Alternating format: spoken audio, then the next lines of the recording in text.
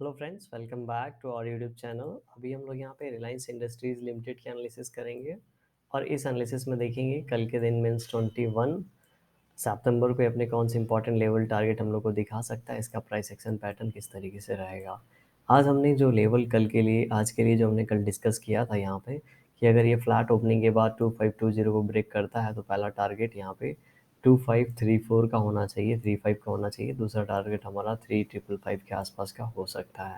Right. और हमने यहाँ पे नीचे की जो बात की थी, ठीक है, तो नीचे हमने 2482 की बात की थी और ब्रेक डाउन करेगा तो 2469 तक का लेवल ये दिखा सकता है। और मैंने साथ में ये भी बोला था यहाँ से ऊपर ज़रूर यहाँ पे इस तरीके से प्राइस एक्शन बनाया है ये, लेकिन ये मुझे नहीं लग रहा है ये बहुत ज़्यादा ऊपर जा पाएगा, क्योंकि ऑलरेडी एक अच्छा खासा जैसे ये नीचे गिरा है, ठीक है, ये तेज़ी से नीचे गिरा है, हम सभी को दिख रहा है। जब ये इस तरीके से नीचे गिरता है तो बहुत लोग प्रॉफिट बुकिंग करते हैं, प्लस बहुत दिनों बाद ये इस लेवल के आसपास मिला है, ठीक है, तो ये इस लेवल पे बाइंग हैपनिंग होती है। अब यहाँ पे क्या हो रहा है, आप एक चीज़ नोट करेंगे, यहाँ पे बायर्स इसको ऊपर लेके गए हैं, ठीक है, 2 बार बायर ने यहाँ पे ट्राई किया, अभी यहाँ पे फिर से आज बायर्स ने ट्राई किया है, लेकिन लास्ट लास्ट में क्या हुआ है, सेलर्स ने यहाँ पे इसको सेल किया है और जो बायर्स थे उन्होंने फिर उसके बाद यहाँ पे हाथ नहीं लगाया। देखेंगे इस पॉइंट पे पहली बार आया, दूसरी बार आया, ट्राई किया, लेकिन जब तीसरी बार आया तो यहाँ पे बायर्स ने इसको बिल्कुल ट्राई नहीं किया है और ये नीचे की ओर फ्री फॉल होने दिया है, मतलब बायर्स इस लेवल पे अभी इंटरेस्टेड नहीं है,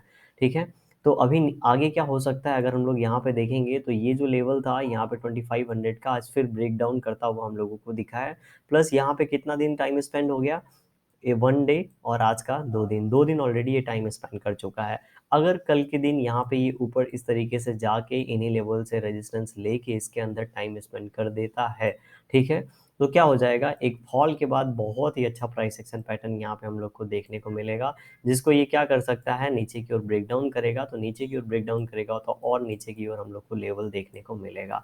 राइट। ऊपर की ओर जाने की जो इसकी प्रॉबिलिटी है थोड़ी कम लग रही है, क्यों, क्योंकि यहाँ पे ये जो शॉर्ट टर्म के लिए ट्रेंड लाइन बनाया था इसको इसने ब्रेक कर दिया है। ये देखेंगे ये कहीं ना कहीं इस तरीके से शॉर्ट टर्म में चैनल पैटर्न में था, इसको नीचे की ओर ब्रेक डाउन दे दिया है, तो अभी यहाँ पे ऊपर जाने की थोड़ी प्रॉबिलिटी कम हो गई है, ठीक है। तो अभी ये नीचे जा सकता है, इन लेवल से फिर से बाइंग हैपनिंग हो सकती है, इस बात ध्यान रखेंगे। 2480 के लेवल से फिर से एक बार ये ऊपर की ओर जाएगा, लेकिन इस बार उतना ऊपर नहीं जाएगा जितना लास्ट टाइम गया था, क्यों, क्योंकि बायर्स ने इस लेवल से ऑलरेडी एक दो बार ट्राई कर लिया है, फिर से यहाँ पे कुछ बायर्स यहाँ पे ट्राई करेंगे, यहाँ पे या फिर क्या होगा, जिन लोगों ने यहाँ पे सेल किया है वो बाई करने की कोशिश करेंगे, इसीलिए फिर से थोड़ा ऊपर जाएगा, लेकिन ये इस बार ये जो 2500 का लेवल है इसके लिए स्ट्रॉन्ग हडल का प्ले करेगा रोल, ठीक है, क्योंकि अगर एक बार 2500 को ब्रेक करके 2480 का लेवल लगाता है तो ये ऊपर जाने के बाद इन्हीं लेवल से फिर से नीचे जा सकता है, जिसकी हाई प्रोबेबिलिटी है।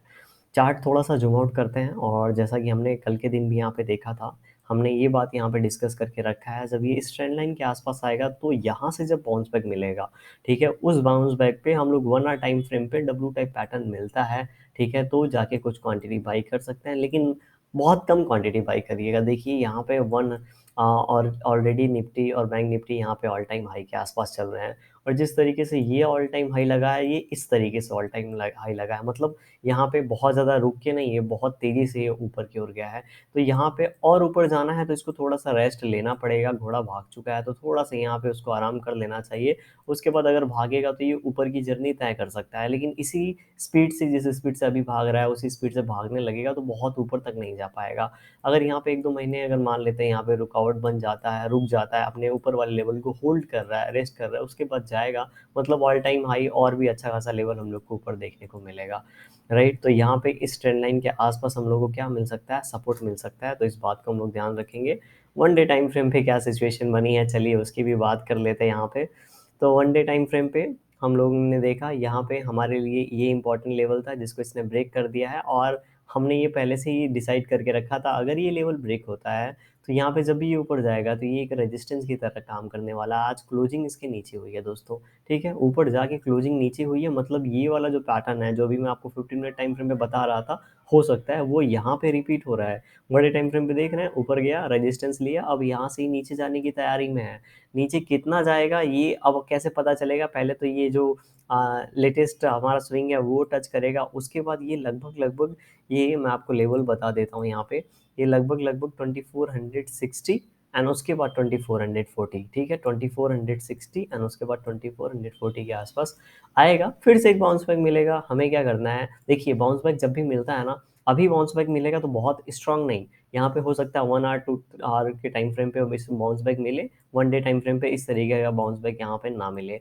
उसके बाद यहाँ पे फिर से ऊपर जाने की कोशिश करेगा और ब्रेक करता है तो जैसा हमने डिस्कस कर रखा है इन लेवल के बीच में आने की कोशिश कर सकता है। फिलहाल हम लोग 50 टाइम फ्रेम पे फिर से चलते हैं। आज का कैंडल भी बेयरिश हम लोग को नज़र आ रहा है, एक रेंज बाउंड होता हुआ मार्केट यहाँ पे दिख रहा है। तो अभी हम लोग क्या करेंगे, यहाँ पे अपने लेवल्स एंड टारगेट देख लेते हैं डेली की तरह। तो अगर आप मुझे पहले से फॉलो कर रहे हैं तो वीडियो को ज़रूर लाइक कर दीजिएगा अगर आपको पसंद आ रही होंगे लेवल्स तो, और नहीं आ रहे होंगे तो आप जो करना है कर सकते हैं। और देखिए अभी यहाँ पे देखिए अभी इसने लास्ट स्विंग हाई कब का लगाया है, तो ये 2440 के आसपास का लगाया, राइट। तो 2440 का जो लेवल है ये इंपॉर्टेंट लेवल रोल प्ले करेगा। जब तक इसके ऊपर नहीं निकल जाता तब तक हमें इसमें हाथ नहीं लगाना चाहिए। मतलब कोई भी बाइंग का सीईपी आप जो भी करते हैं आप देख लीजिए, मैं यहाँ पे कोई भी बाइंग की तरफ पोजीशन नहीं बनाने वाला हूँ फिलहाल, अभी के लिए बात कर रहा हूँ, ठीक है। 1-2 दिन में अगर इस लेवल को ब्रेक नहीं करता है और तब तक हम लोग यहाँ पे इस रेंज में फंसता है तो इसके ऊपर ही बाई करेंगे। अगर यहाँ से नीचे चला जाता है फिर प्राइस एक्शन बनाता है तो वो अलग बात हो जाएगी। तो यहाँ पे 2540 के ऊपर बाइंग होगा और अपने पहला टारगेट 2555 का ही रखेंगे और एक ही टारगेट रखेंगे अभी के लिए फिलहाल। नीचे की बात करते हैं तो नीचे देखिए गिरावट कहाँ से हो सकती है। तो नीचे जो गिरावट हो सकती है दोस्तों, वो हमने ये कल ये लेवल हमने डिसाइड किया था। तो अगर अब यहाँ पे ये जो लेवल है, ये कैंडल है, इसका जो लो था 2490 का था, तो 2488 का ब्रेकआउट होता है,